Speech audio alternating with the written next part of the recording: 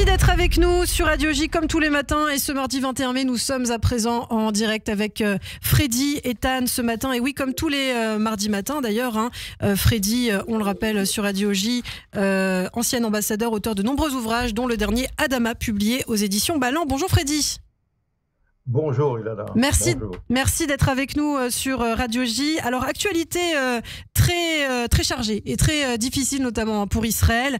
Scandaleux, cynique, les condamnations pleuvent après la décision du procureur de la Cour pénale internationale qui réclame un mandat d'arrêt contre Benyamin Netanyahou et notamment aussi les responsables du Hamas. Alors, votre réaction ce matin ?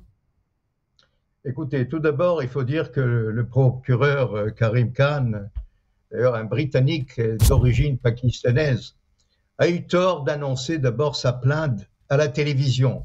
Il a annoncé cela sur CNN.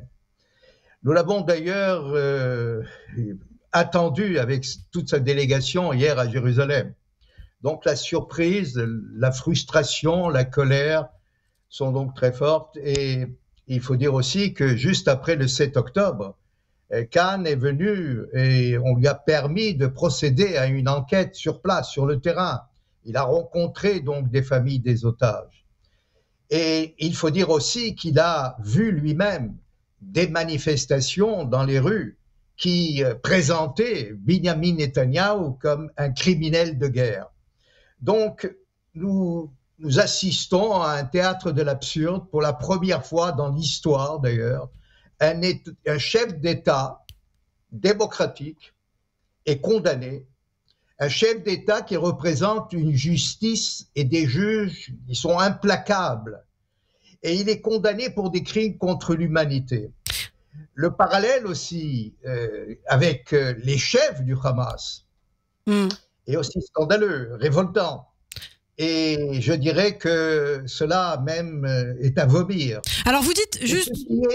Ce qui est beaucoup plus, je crois, oui, à part la réaction rapide du président Biden, de la Grande-Bretagne et autres, je suis stupéfait et même révolté de la position française qui soutient donc le CPI. Et donc je dirais même que le chef de notre diplomatie, Katz, qui doit arriver en France, aurait dû d'ailleurs annuler sa visite et appeler l'ambassadeur de France en Israël pour le réprimander concernant cette attitude inadmissible et incompréhensible de la part de la France. Alors vous dites Benyamin Netanyahou est condamné. Il faut préciser que ce mandat d'arrêt n'est pas encore émis. Ce sera au tribunal de se prononcer sur l'opportunité de les poursuivre, lui, donc Benyamin Netanyahou, mais aussi Yoav Gallant pour crimes de guerre et crimes contre l'humanité. Et effectivement, la CPI qui met au même niveau finalement les dirigeants israéliens avec les dirigeants du Hamas. Aujourd'hui, quelles sont les possibilités d'Israël ? Est-ce que Israël peut se défendre, peut répliquer de quelque façon que ce soit? Oui, tout à fait. On ne l'a pas fait avant. On a été surpris. Il ne fallait pas être surpris après une opération à Gaza. Mais il ne faut pas non plus aussi, il faut se rappeler qu'il ne faut pas confondre entre la Cour pénale internationale avec la Cour internationale de justice qui, elle aussi, siège à La Haye.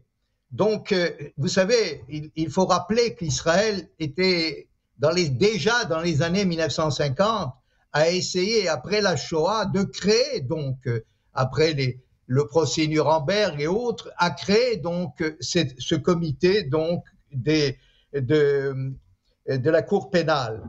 Mais il faut dire aussi que depuis 2015, il y a l'État de Palestine qui figure, qui est observateur. Israël ne figure pas, ne participe pas. Elle n'a pas ratifié ce qu'on appelle le traité de Rome.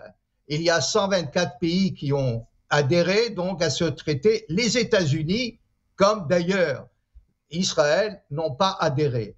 Donc la possibilité est de faire d'abord une campagne, de demander à plusieurs pays, il y a deux choses. Il y a le budget qu'on peut réduire, qu'on peut annuler, on l'a fait ça pour l'UNESCO d'une part, mais aussi il faut dire que certains pays peuvent, comme surtout les États-Unis, la Cour suprême des États-Unis, les juges, le Congrès américain, les Britanniques, on a vu aussi avec les Tchèques, avec l'Autriche, il y aura d'autres pays européens qui essayeront par tous les moyens d'abord de ne pas faire le parallèle et aussi d'annuler complètement cette plainte. Je vous rappelle deux choses. Je vous rappelle qu'il y a eu un procès contre Ariel Sharon, vous vous souvenez, en Belgique. Il n'a pas été eu lieu. Il y a eu un autre procès d'un membre de la CPI, le juge Goldstone, après la flottille à Gaza. Il a lui-même a fait son mea culpa. Donc il y a pour nous une juste cause pour essayer de complètement annuler cette plainte absurde. Merci beaucoup Freddy Ethan d'avoir été avec nous ce matin sur Radio J. Votre réaction donc à cette demande effectivement du procureur de la Cour pénale internationale qui réclame, on le rappelle, un mandat d'arrêt contre Benyamin Netanyahou, mais aussi contre les responsables du Hamas. Merci Freddy et à très bientôt. Radio J.